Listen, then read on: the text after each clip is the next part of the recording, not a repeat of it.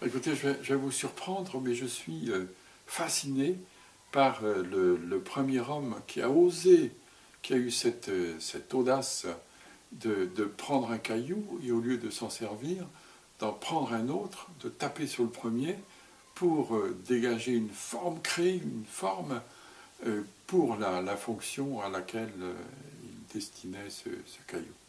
Et j'aimerais qu'on monte, qu'on construise des sculptures, des statues en hommage à ce premier homme, premier artisan du monde.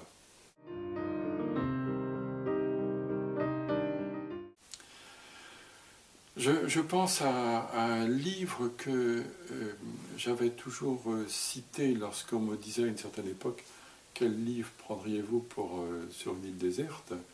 Aujourd'hui, on prend une puce qu'on se met sous la peau et on a toute l'Internet du monde. Mais c'était Tristan et Iseult.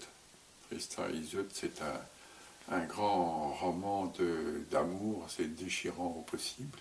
C'est tout à fait dans le ton, dans la lignée de la littérature celtique. Et je crois que c'est celui-là, tant pis pour elle, si ça ne se termine pas bien.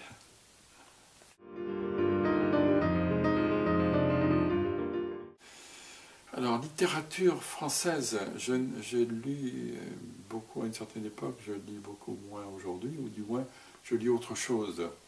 Et j'aurais tendance, mais c'est pas bien, à vous dire le Déchelette. Le Déchelette, c'est un traité d'archéologie, c'est un traité d'archéologie de base qui a constitué le bonheur de mon enfance et qui m'a rempli de joie et de satisfaction à une certaine époque. Et bien qu'il soit tout à fait dépassé dans la plupart de ses propos, je ne cesse de le lire et de le relire